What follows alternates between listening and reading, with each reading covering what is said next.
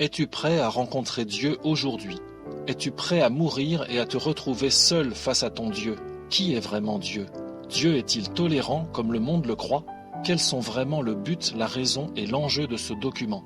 Quels sont vraiment le but, la raison et l'enjeu de ta vie? As-tu peur de la mort? As-tu peur de te retrouver devant Dieu afin qu'il juge tout ce que tu as fait durant ta vie? As-tu besoin d'être pardonné? Veux-tu être sauvé et délivré de ta mort? Le salut va-t-il frapper à ta porte aujourd'hui? Voici les paroles de ta vie. Voici l'occasion de passer de ta mort à ta vie. Voici l'occasion de rencontrer le salut du vrai Dieu. Introduction, quel est l'enjeu? Le message du salut, le véritable évangile de Dieu. Souhaites-tu être réconcilié avec Dieu aujourd'hui? Sais-tu ce qu'il attend de toi? Aimerais-tu le rencontrer? Selon sa volonté à lui donner ta vie, te soumettre à sa volonté? Comment faire? Comment comprendre qui est Dieu et ce qu'il attend de toi? Tu as besoin d'une déclaration de foi? Oui, c'est vrai. Mais avant cela, ne te faudrait-il pas découvrir et assimiler les vraies bases bibliques et non pas religieuses de la foi, autrement dit les véritables paroles de Dieu qui annoncent, qui révèlent et qui procurent le salut? Je veux parler des paroles qui viennent de Dieu et non pas de celles qui viennent des hommes, de ces religieux qui ont essayé de capturer la puissance du salut afin d'en faire un moyen d'asservissement de l'homme par l'homme en les enfermant dans des bâtiments d'église. Comment connaître le véritable message du salut disponible et puissant de la Bible? Le message du salut de Dieu a donc besoin d'être révélé, puis compris et enfin vécu. Alors, quand tu comprendras le message de ton Dieu, quand tu recevras le sens de ce qu'il veut faire de toi, de ce qu'il veut te dire à toi, de ce qu'il a préparé pour toi, pour ta vie, il décidera lui-même d'ouvrir ton esprit et ta compréhension, et ce sera alors enfin la fin de ta mort spirituelle et le début de ton éternité avec ton roi et non plus avec ton prince de la mort. Mais auparavant, il est indispensable de passer par une étape sans laquelle tous tes efforts resteront toujours vains et dérisoires et sans laquelle tu ne recevras rien d'autre que du vent, la parole des hommes. Il est donc fondamental de commencer par t'humilier totalement devant lui, de rentrer en toi-même et d'accepter de recevoir la parole comme un enfant, c'est-à-dire sans aucun orgueil ni aucune prétention personnelle et avec la simplicité du cœur d'un enfant. Car il est Dieu, il règne dans les cieux et toi tu es sur terre, tu n'es que poussière. Et aussi parce que c'est lui et pas toi qui décide quand il va parler, quand il va agir et quand il va accomplir sa propre volonté. D'accord? Alors si tu es d'accord, lis la suite et prie, parle avec moi, dit ton Dieu, et laisse-moi t'expliquer moi-même ce que je veux t'expliquer, laisse-moi te révéler ce que je veux te révéler, afin de faire de toi ce que je veux moi-même faire de toi, car c'est moi qui te connais, et que toi tu n'as rien à m'apprendre sur rien, tandis que de mon côté je t'aime au point de t'avoir d'abord créé, puis donné et conservé la vie jusqu'à aujourd'hui. Es-tu d'accord? Alors lisons la suite ensemble.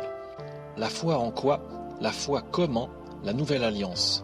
Qu'est-ce que rencontrer Dieu? Comment parle-t-il? Que veut-il que je fasse? Comment avoir enfin des certitudes et non plus des doutes? Comment cesser d'être déçu des religions? Comment cesser de ressembler à un religieux? Comment accéder à la vérité? Qu'est-ce que la vérité? Ces religieux qui t'ont dit « tu dois croire en Dieu ». Le vrai sens des Écritures, la révélation de Dieu, le sens caché des Écritures. D'après ton éducation religieuse, tu sais bien qu'il faut croire en Dieu pour être sauvé. Mais depuis des années, tu as bien constaté aussi que tu as beau croire que Dieu existe et chercher à lui parler d'une manière ou d'une autre, ou chercher à comprendre le sens de ta vie, cela ne semble pas fonctionner, car tu constates que Dieu reste un mystère. Dieu reste sourd, muet, lointain, plus ou moins incompréhensible, ce qui te déçoit souvent et te rend amer parfois, puisque Dieu refuse obstinément de répondre à tes aspirations, même les plus sincères, et que tu te sens toujours dans le brouillard et dans le doute, n'est-ce pas?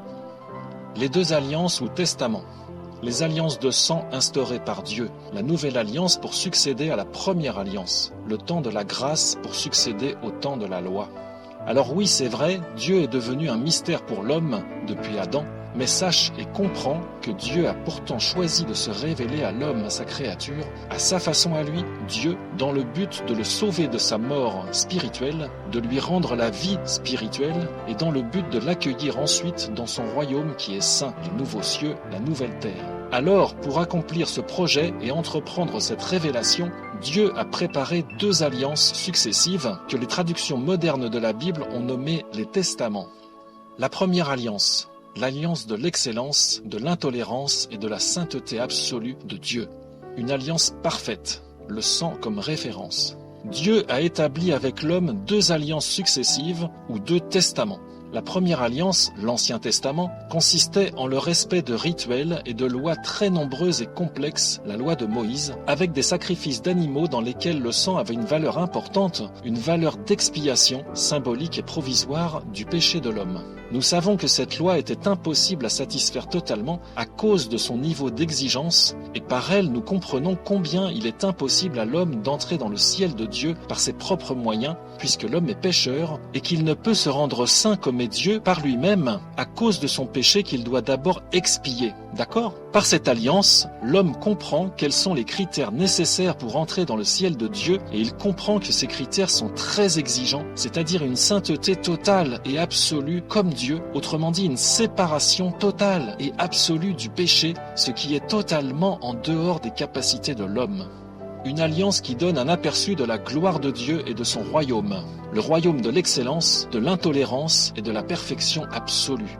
En considérant cette alliance, l'homme comprend que le royaume de Dieu est le royaume de l'excellence, de la tolérance zéro au péché et au mal, que Dieu est totalement intransigeant sur ce point, comme il demeure intransigeant et intolérant sur l'ensemble des critères de sa loi, à laquelle il se soumet lui-même totalement et parfaitement, afin de se conserver lui-même saint et pur, ainsi que tout son royaume et ainsi que tous ceux qui l'habitent. L'homme comprend donc que la gloire de Dieu consiste à se conserver saint de cette façon-là et à démontrer de toutes sortes de manières combien il se conserve lui-même séparé, saint, de toute forme de mal ou de péché et de toute forme d'impureté. Cette sainteté absolue constitue le cœur et l'essence même de l'orgueil et de la gloire de Dieu, sur lesquels Dieu veille lui-même avec une entière et féroce et sainte jalousie, démontrant de cette façon sa sagesse, son intelligence, sa capacité et sa souveraineté infinie et infiniment variée, dont il est d'ailleurs le seul à pouvoir sonder la hauteur et la profondeur. La deuxième ou nouvelle alliance. L'alliance du Messie libérateur, saint et miséricordieux. L'expiation du péché de l'homme, la libération de l'homme de sa nature pécheresse. L'alliance du libérateur saint, le sang de Jésus-Christ comme référence. La première alliance était, comme on l'a vu, totalement en dehors des capacités de l'homme. C'est pourquoi elle annonçait elle-même une seconde alliance, ou plutôt la venue d'un libérateur, d'un Messie qui serait lui-même capable de respecter cette première alliance, puis d'en instaurer une seconde dont les critères d'entrée seraient à la portée de l'homme, la grâce. Dans la pratique, ce libérateur devrait premièrement respecter et satisfaire à tous les critères réclamés par la première alliance, c'est-à-dire être saint ou non pécheur selon la loi, et il devrait ensuite accepter d'accomplir la loi en question, c'est-à-dire de procéder à l'expiation par son propre sang, sa vie, du péché de l'homme en acceptant de donner sa vie en rançon pour le péché de l'homme pécheur, ce qui permettrait alors l'instauration d'une nouvelle alliance basée sur ce sacrifice expiatoire en question, celui de Jésus-Christ. Tu comprends ? Ce libérateur serait donc un moyen entièrement fourni par Dieu de la libération de l'homme, à la fois de son péché et de sa nature pécheresse, et par là d'un accès possible au ciel de Dieu. Le salut de l'homme exposé dans la Bible est donc l'exposé de cette nouvelle alliance, entièrement imaginée et pourvue par Dieu et instaurée sur la terre par Jésus-Christ lors de sa mort à la croix. Dieu a pris le soin de prouver à l'homme que ce salut vient de lui, car il a annoncé la venue de ce libérateur par un prophète, un messager de Dieu, Jean-Baptiste, qui a ainsi préparé le chemin du Sauveur, du Christ, en annonçant le message de la repentance avant que Jésus-Christ n'entre dans son ministère public. La repentance est la soumission à Dieu comme porte d'entrée de la nouvelle alliance de Jésus-Christ. La repentance pour le pardon des péchés de l'homme, la soumission à Dieu pour arracher l'homme à sa nature pécheresse. Le Messie envoyé de Dieu, Jésus-Christ, a donc instauré par sa mort, et avec l'autorité de Dieu, la nouvelle alliance, le Nouveau Testament, pour remplacer la précédente. Et cette nouvelle alliance a consisté en un seul sacrifice expiatoire, le sien, en rançon pour la vie et le pardon des péchés de tous les hommes et femmes qui accepteraient de signer avec lui cette alliance-là, et ce par le moyen de la repentance. C'est donc cela le message de l'Évangile, c'est la signature possible par Jésus-Christ d'une alliance nouvelle avec Dieu qui libère du péché et de la mort et qui procure la vie, d'accord ? Le salaire du péché de l'homme, la mort, étant payé par la mort expiatoire de Jésus, son sang non pécheur versé à la croix, le salut de l'homme consiste donc aux yeux de Dieu en une substitution de peine entre l'homme pécheur et Jésus-Christ, l'homme qui a accompli totalement la loi de la première alliance. Dieu a lui-même fixé le critère permettant à l'homme de bénéficier de cette substitution de peine, et ce critère est la repentance, sincère et inconditionnelle, et l'engagement de se soumettre entièrement à Dieu, ce qui revient concrètement à croire en Dieu selon les Écritures, c'est-à-dire en réalité à croire en son œuvre, la rédemption, y adhérer, l'accepter et accepter de se soumettre dans une confiance totale et indéterminée, ce qui constitue concrètement la définition et l'essence même de la foi en Dieu. L'épreuve que la nouvelle alliance donne la vie et sauve. Question. Comment sait-on que cette nouvelle alliance procure la vie, libère de la mort, et qu'est-ce qui le prouve? Réponse. Dieu a démontré cette vérité lorsqu'il a ressuscité Jésus le 3e jour de sa mort, et ceci constitue aux yeux de Dieu le signe qu'il ressuscitera de la même manière tout homme et toute femme qui sera mort comme Jésus, mort physique du corps, et qui aura préalablement cru en lui, signé l'alliance avec Dieu par le moyen de la repentance. C'est pourquoi Jésus a déclaré « La volonté de mon Père, c'est que quiconque tourne ses regards vers le Fils et croit en lui ait la vie éternelle, et je le ressusciterai au dernier jour. » Jean chapitre 6 verset 40.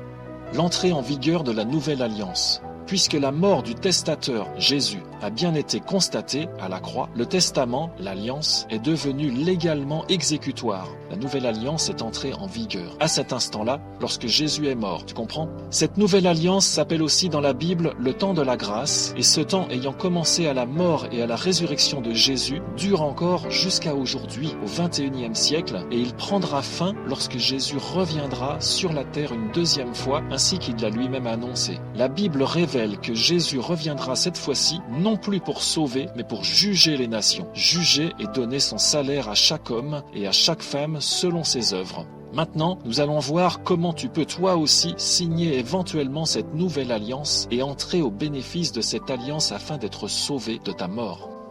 Comment signer la nouvelle alliance afin d'accéder au ciel ? Comment être sauvé et entrer au ciel? Comment recevoir le bénéfice de la nouvelle alliance de Jésus-Christ et recevoir le pardon de tes péchés? Signe mon alliance en me donnant ta vie, dit ton Dieu, la circoncision de ton cœur ou la clé de la repentance et de la soumission à Dieu, la clé du ciel. Si tu as compris ce qui vient d'être dit, tu as compris qu'une porte d'accès au ciel a été ouverte par la mort de Jésus-Christ lorsqu'il a accepté de mourir à ta place, car il a accepté de recevoir et de porter sur lui la colère de Dieu due à tes péchés. Cette mort à ta place, c'est cela, la nouvelle alliance en son sang, c'est-à-dire le message de l'Évangile. Si tu as compris cela, tu dois maintenant comprendre comment signer l'alliance à ton tour et ce que cette signature implique ensuite pour la suite de ta vie. La signature de Jésus-Christ. Comprends que Jésus, de son côté, étant le testateur, a déjà signé l'alliance, le testament en question. Il l'a signé une fois pour toutes lorsqu'il a versé son sang, le sang est le signe de l'alliance, en mourant sur la croix. Note au passage que le sang versé lors des sacrifices d'animaux de la première alliance préfigurait en réalité le sang de Jésus-Christ que la Bible nomme l'agneau de Dieu qui ôte le péché du monde. Ta signature en tant qu'homme, devenir saint afin de ne plus pécher, recevoir le pardon de tes péchés passés. Premièrement, et avant même d'envisager d'entrer au ciel, as-tu bien compris pourquoi tu ne peux pas y entrer jusqu'à aujourd'hui?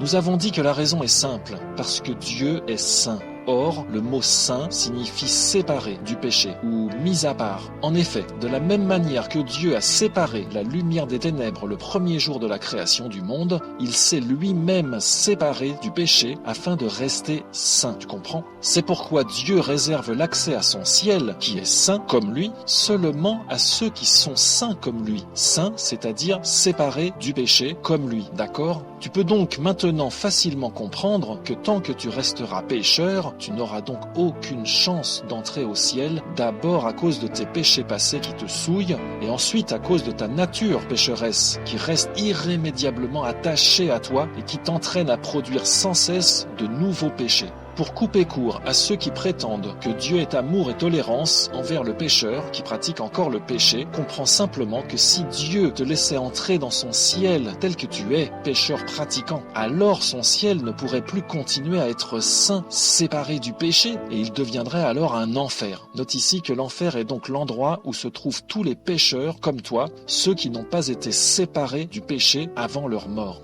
La signature pour toi de la nouvelle alliance de Jésus consiste donc à accepter de devenir saint comme Jésus et comme Dieu, de manière à te conformer aux critères d'entrée du ciel en question et de manière à être jugé apte par la justice de Dieu, lequel fera alors pour toi une fête. Tu peux donc comprendre que Dieu te propose aujourd'hui, par la nouvelle alliance, une possibilité pour toi d'être premièrement totalement pardonné pour tous tes péchés passés, puisque c'est Jésus qui a accepté d'en payer le prix devant Dieu, et deuxièmement d'être débarrassé de ta nature pécheresse qui t'entraînait à pécher jour après jour. La question est donc celle-ci: si Dieu a pourvu au pardon de tes péchés par le sacrifice expiatoire de Jésus, comment a-t-il prévu de te débarrasser de ta nature pécheresse et de quelle manière va-t-il te conduire à ne plus pécher, bien que tu vives encore dans le moment dans un monde pécheur? Cette question est essentielle et elle constitue en réalité la preuve que Dieu agit en toi, qu'il t'a effectivement pardonné tes péchés et qu'il t'a transformé en un enfant de Dieu selon sa propre parole. Afin de répondre à cette question, nous allons premièrement évoquer plus précisément la question délicate du péché et nous comprendrons alors que la solution de Dieu pour que tu signes la nouvelle alliance est que tu te laisses racheter par lui, de manière à lui appartenir, à lui, ton Dieu. Le principe du déclenchement de ton salut, dit ton Dieu, ou la mise en œuvre de la signature de la nouvelle alliance de Jésus-Christ. Le respect total des règles de ma justice afin d'entrer légalement dans mon ciel, dit ton Dieu. Ces règles pour lesquelles j'ai donné la vie de mon propre Fils bien-aimé. La démonstration de mon amour pour toi, mon enfant. Écoute, comprends, accepte et engage-toi pour moi. Fais-moi confiance et donne-moi ta vie. La question délicate du péché.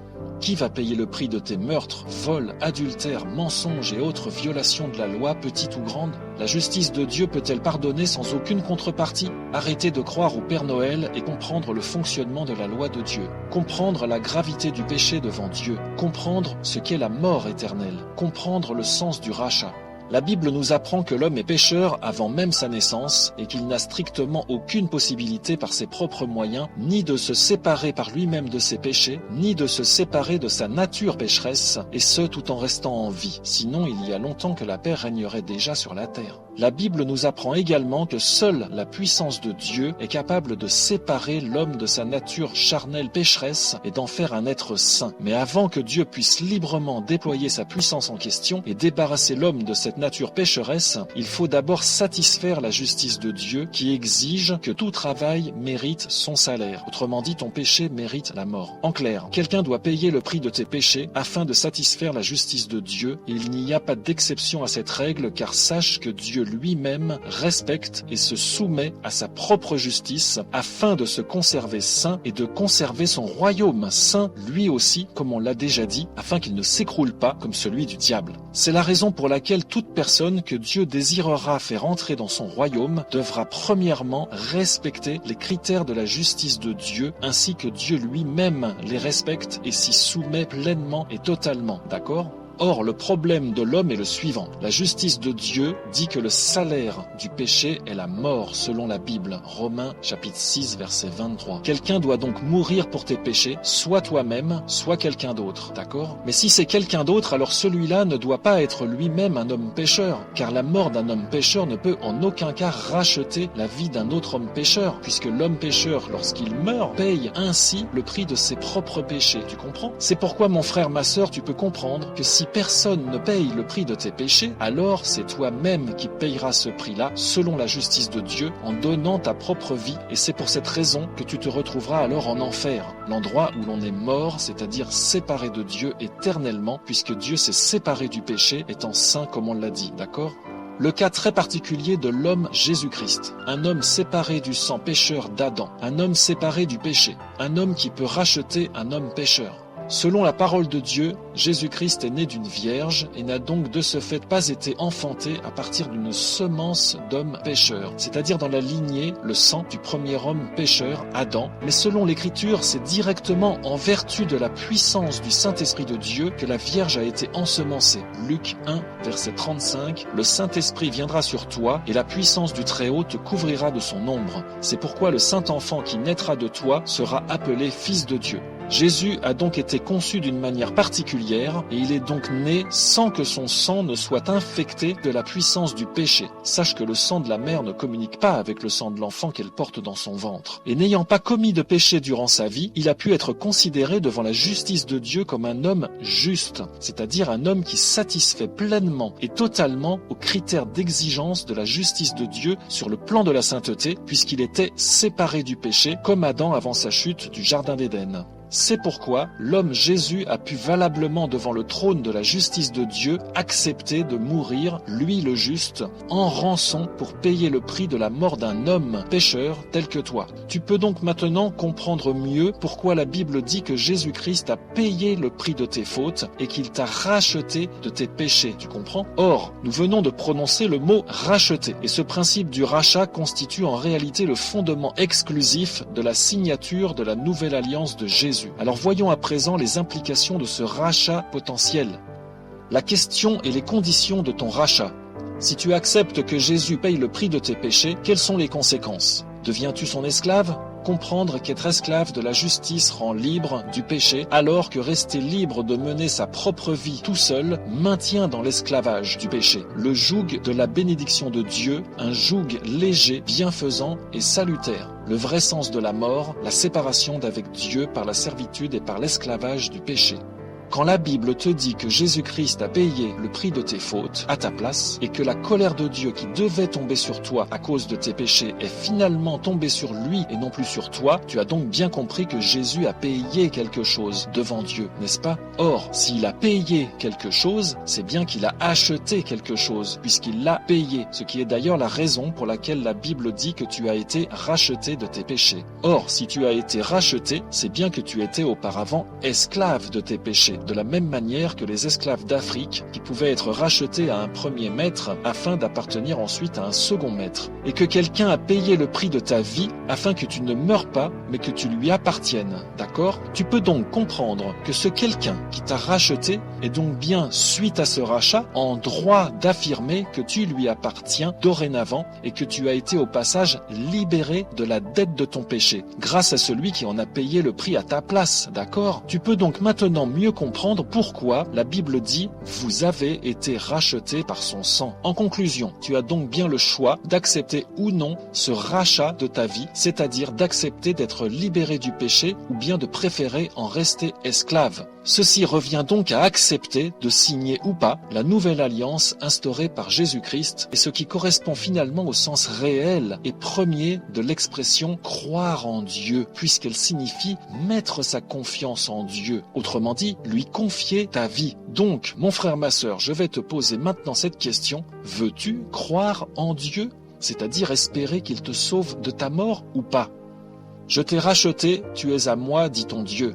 Si tu acceptes que Jésus-Christ ait payé le prix de tes péchés, es-tu libre de mener ta vie à ta guise par la suite? Les conséquences de ton rachat, le choix du renoncement ou le choix des séductions trompeuses du monde pour continuer à mourir sans Dieu. La question qui te reste maintenant à trancher est donc finalement celle-ci. Préfères-tu continuer à rester esclave de ta nature pécheresse et de tes péchés passés, autrement dit refuser d'accepter le bénéfice de la nouvelle alliance de Dieu, autrement dit refuser le sacrifice de Jésus-Christ pour toi, ce qui conduit légalement en enfer, ou bien préfères-tu devenir libéré de ta nature pécheresse et du prix à payer pour tes péchés passés, c'est-à-dire accepter pleinement le sacrifice de la nouvelle alliance de Dieu, autrement dit accepter le sacrifice de Jésus-Christ pour toi, ce qui t'ouvre la porte du ciel et ce qui te libère du poids de ton péché, mais ce qui te rend définitivement esclave et soumis à la volonté de ton Dieu pour conduire le reste de ta vie. Ce choix te fait sourire? Il te paraît trop simple, trop évident? En réalité, ce n'est pas sûr, car écoute encore la suite. L'illusion de l'Église moderne, être sauvé tout en continuant à vivre dans le péché. Un non-sens flagrant mais séduisant, Dieu m'aime tel que je suis, pécheur. Mais j'aime ma justice plus que mon amour pour toi, répond ton Dieu.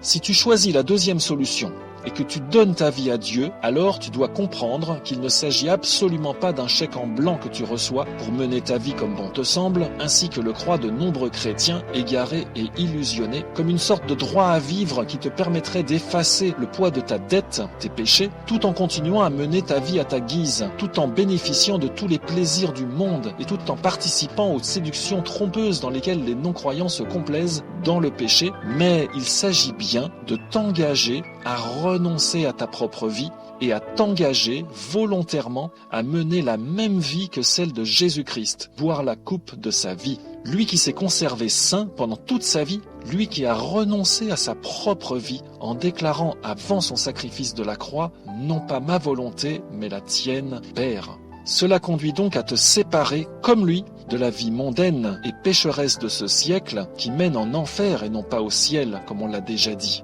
Si tu prétends accepter Jésus-Christ dans ton cœur, tout en refusant de considérer que ta vie appartienne dorénavant à Dieu et sans accepter de te séparer de toutes les séductions du monde qui conduisent au péché, autrement dit sans accepter de renoncer à toi-même et de perdre ta vie personnelle afin de la donner à Dieu, bibliquement parlant, alors c'est en réalité que tu n'as pas du tout accepté Jésus-Christ dans ton cœur, mais que tu es seulement dans l'illusion que tu es sauvé, tandis que Dieu te considère toujours comme perdu. On se comprend ? Et si Dieu te considère encore perdu, penses-tu vraiment que tu seras capable de lui tenir tête et de le contredire par tes raisonnements scabreux d'aujourd'hui, au jour du jugement dernier ?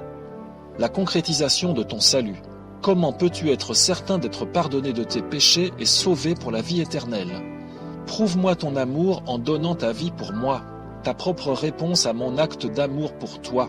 En lisant le titre de ce paragraphe, as-tu pensé qu'il y avait une faute de frappe ? Si Jésus a donné sa vie pour moi, comment et pourquoi devrais-je encore donner moi aussi ma vie, de surcroît pour lui, Jésus, alors que Dieu l'a déjà ressuscité des morts, que Jésus donne la vie, et alors que le prix de mes péchés a justement été payé par Jésus ? Tu trouves cela illogique ? Pourtant, c'est bien là justement le sens profond et véritable du salut, mon frère, ma sœur. Comprends que le sens de la vie est spirituel et que le monde physique est le résultat de ce qui se passe dans le monde spirituel. Qu'est-ce que je veux dire ? La mort que ton Dieu te demande n'est pas ta mort physique, puisqu'il t'en a déjà racheté par le sacrifice de Jésus, tel que tu viens de le comprendre, mais la mort que ton Dieu te réclame est ta mort à toi-même, c'est-à-dire le renoncement à toi-même et à ta propre volonté, afin d'accepter pleinement celle de Dieu pour ta vie. C'est en réalité la mort de ton orgueil personnel, la mort de ton moi qui a tellement pris de place dans ta vie jusqu'à présent et qui te maintient dans une attitude de révolte et non pas de soumission devant Dieu, comme Lucifer qui s'est révolté contre Dieu et qui est devenu alors Satan l'adversaire, tu comprends ? Accepter de vivre la vie de Jésus. Alors si tu as compris cela, tu viens de comprendre le sens profond, réel et véritable, c'est-à-dire spirituel, de l'expression « croire en Dieu ». En effet, croire en Dieu, dans le sens biblique du terme, signifie donc renoncer à soi-même et donner sa vie pour son Dieu ou pour ses amis, de la même manière que Jésus l'a aussi fait pour toi devant son Père. C'est pourquoi, quand Jésus a dit « Mangez ma chair et buvez mon sang », cela signifiait « Mangez le pain et buvez le vin que j'ai moi-même mangé et bu ». Autrement dit, nourrissez-vous de mon pain qui est ma parole, la parole de Dieu, c'est la Bible, et buvez ma coupe, c'est-à-dire buvez la coupe de ma vie, c'est-à-dire vivez la même vie de sacrifice que celle que j'ai vécue, d'accord ? Alors crois-tu en moi, dit ton Dieu ?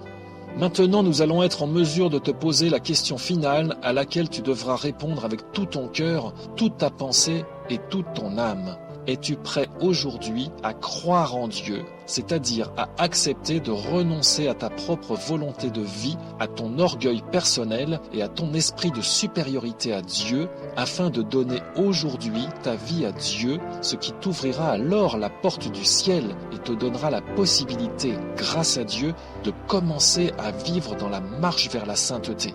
Si ta réponse est oui, alors tu vas pouvoir lire la suite de ce message et devenir par la volonté de Dieu un enfant de Dieu, car tu seras né de nouveau selon Jean chapitre 3. Par contre, si ta réponse est non, alors pourquoi ne pas prier sincèrement Dieu aujourd'hui, afin de t'humilier devant lui, d'implorer son pardon et sa grâce, et afin qu'il ouvre ton esprit et ton cœur, de manière à comprendre ce que tu n'as pas encore compris dans les paragraphes précédents de ce message. Es-tu d'accord ?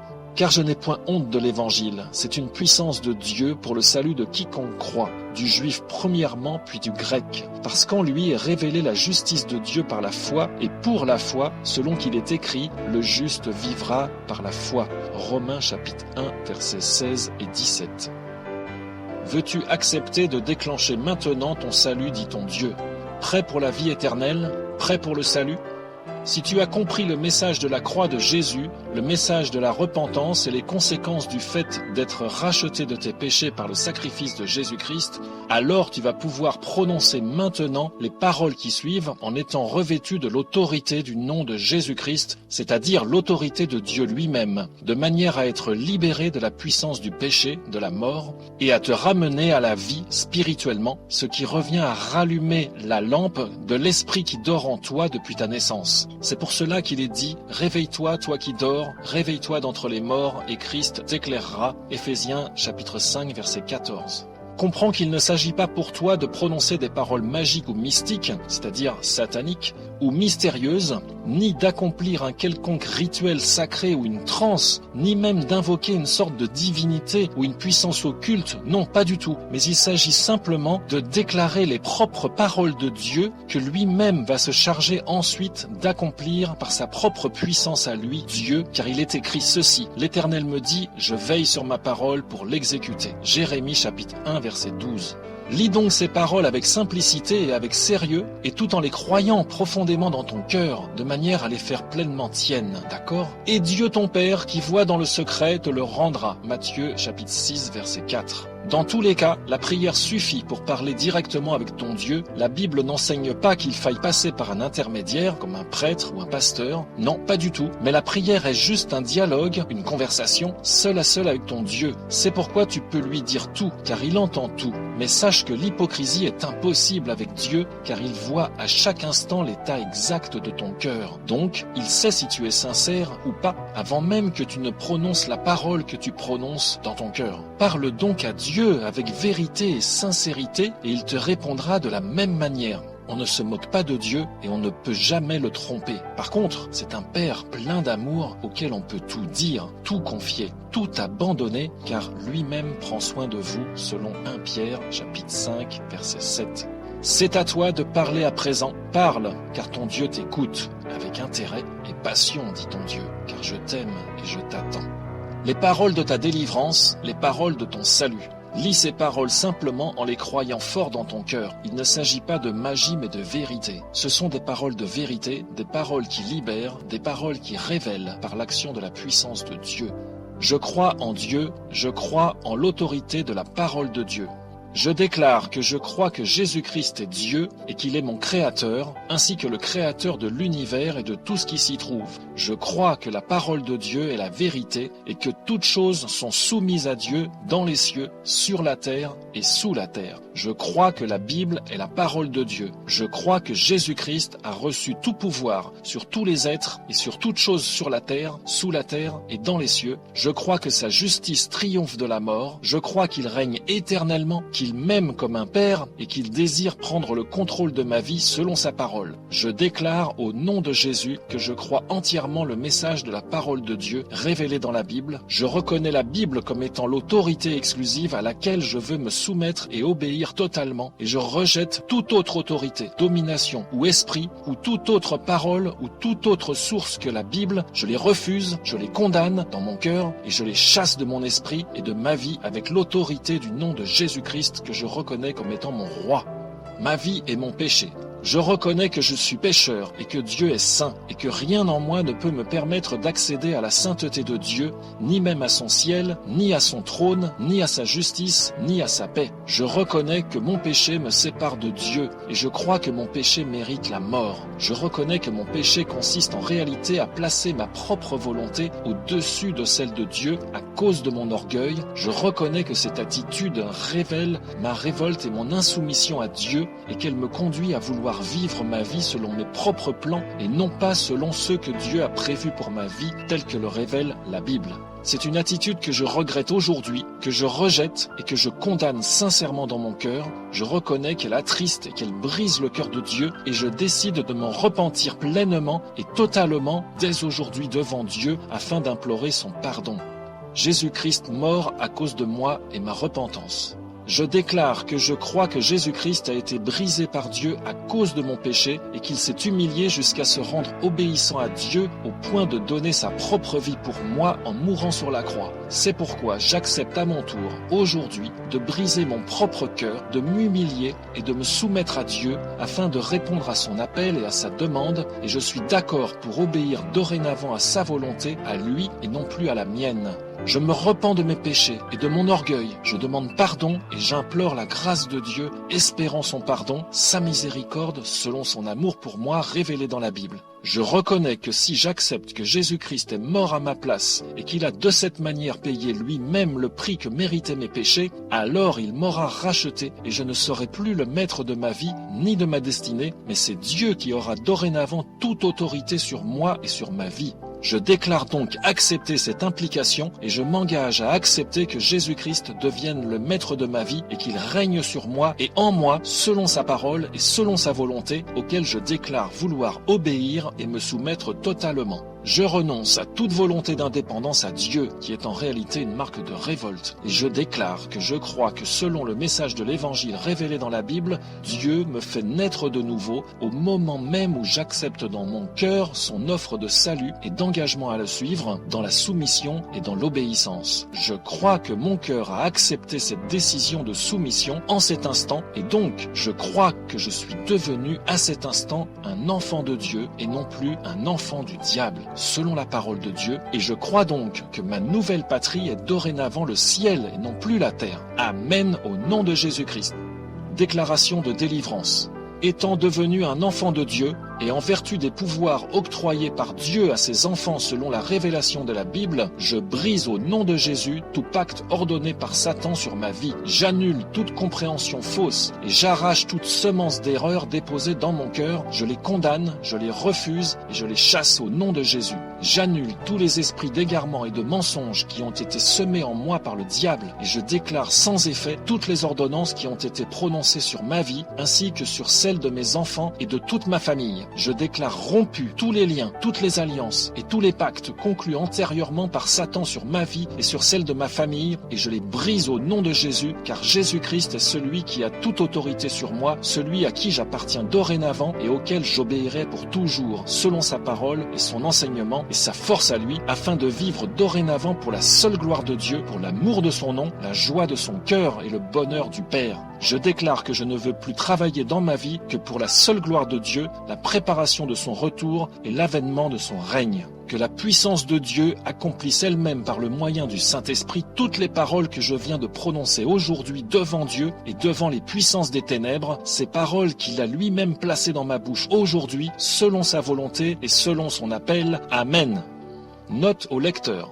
Mon frère, ma sœur, tu as lu ces textes qui précèdent, tu es d'accord avec ce qui est dit et tu as ressenti un appel et un feu brûler au fond de ton cœur en lisant ces paroles que tu viens de lire. Sache alors que ton Dieu t'appelle à lui et sache que tu peux recevoir et accepter Jésus-Christ aujourd'hui dans ton cœur et dans ta vie. Si tu souhaites sincèrement que Jésus-Christ rachète ta vie, qu'il change ton cœur et ton âme et qu'il t'emmène avec lui dans le projet qu'il a pour ta vie, alors relis une deuxième fois tout le texte en le prononçant à haute voix dans ton cœur et en lisant les paroles comme pour les accepter dans ton cœur et dans ta vie avec l'autorité du nom puissant de Jésus-Christ. Alors, selon le pouvoir de la parole de Dieu, tu subiras la nouvelle naissance. Tu deviendras un enfant de Dieu au nom de Jésus-Christ et ton nom sera désormais inscrit dans le livre de vie de Dieu dès cet instant et pour toujours. Bienvenue dans le royaume de Dieu, bienvenue dans la famille des fils bien-aimés de l'Éternel Dieu des armées, le Dieu 3 fois saint, le roi de gloire et le prince de la paix.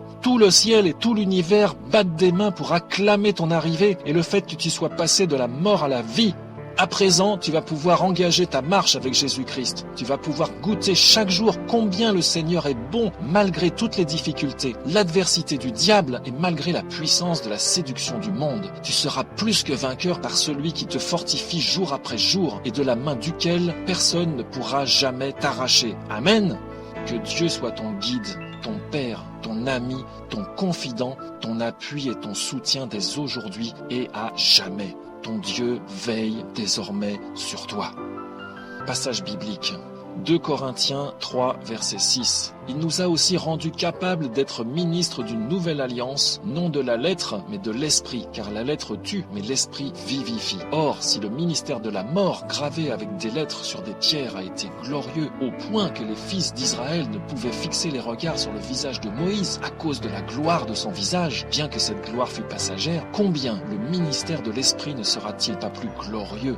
Luc chapitre 4 verset 18, Jésus dit « L'Esprit du Seigneur est sur moi parce qu'il m'a oint pour annoncer une bonne nouvelle aux pauvres. Il m'a envoyé pour guérir ceux qui ont le cœur brisé, pour proclamer aux captifs la délivrance et aux aveugles le recouvrement de la vue, pour renvoyer libres les opprimés, pour publier une année de grâce du Seigneur. » Alors il dit « Aujourd'hui, cette parole de l'Écriture que vous venez d'entendre est accomplie. » Ésaïe 58 verset 10. Si tu donnes ta propre subsistance à celui qui a faim, si tu rassasies l'âme indigente, ta lumière se lèvera sur l'obscurité et tes ténèbres seront comme le midi. L'Éternel sera toujours ton guide, il rassasiera ton âme dans les lieux arides et il redonnera de la vigueur à tes membres. Tu seras comme un jardin arrosé, comme une source dont les eaux ne tarissent pas. Alors tu mettras ton plaisir en l'Éternel et je te ferai monter sur les hauteurs du pays. Je te ferai jouir de l'héritage de Jacob ton père, car la bouche de l'Éternel a parlé.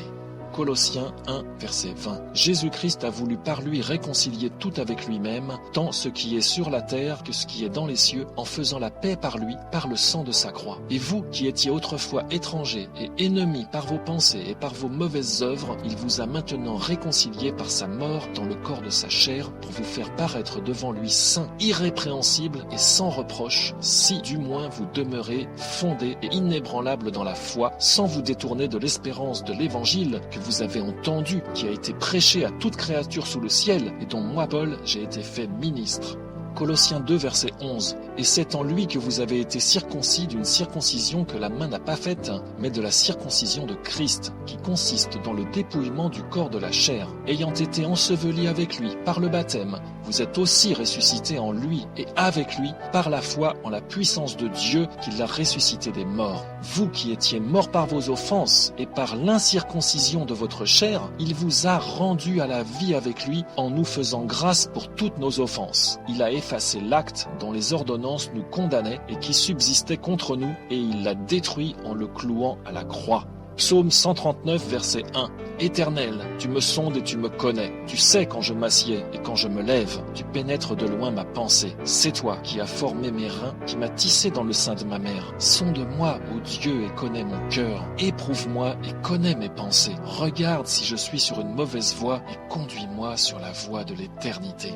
Hébreux 4, verset 1. Craignons donc, tandis que la promesse d'entrer dans son repos subsiste encore, qu'aucun de vous ne paraisse être venu trop tard. Car cette bonne nouvelle nous a été annoncée aussi bien qu'à eux, mais la parole qui leur fut annoncée ne leur servit de rien, parce qu'elle ne trouva pas de la foi chez ceux qui l'entendirent. Dieu fixe de nouveau un jour, aujourd'hui, en disant « Aujourd'hui, si vous entendez sa voix, n'endurcissez pas vos cœurs. Efforçons-nous donc d'entrer dans ce repos, afin que personne ne tombe en donnant le même exemple de désobéissance, car la parole de Dieu est vivante et efficace, plus tranchante qu'une épée quelconque à deux tranchants, pénétrante jusqu'à partager âme et esprit, jointures et moelles. Elle juge les sentiments et les pensées du cœur. Approchons-nous donc avec assurance du trône de la grâce, afin d'obtenir miséricorde et de trouver grâce pour être secourus dans nos besoins.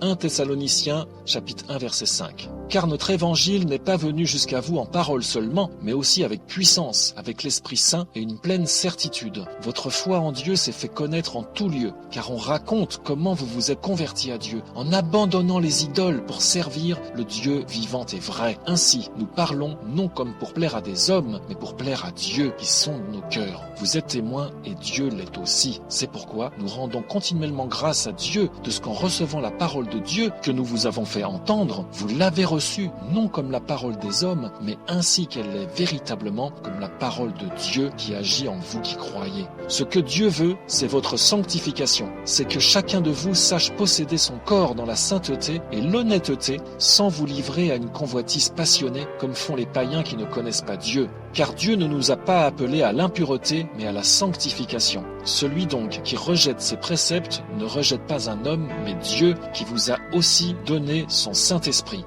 Mais examinez toutes choses, retenez ce qui est bon. Abstenez-vous de toute espèce de mal, que le Dieu de paix vous sanctifie lui-même tout entier, et que tout votre être, l'esprit, l'âme et le corps soient conservés irrépréhensibles lors de l'avènement de notre Seigneur Jésus-Christ. Que la grâce de notre Seigneur Jésus-Christ soit avec vous.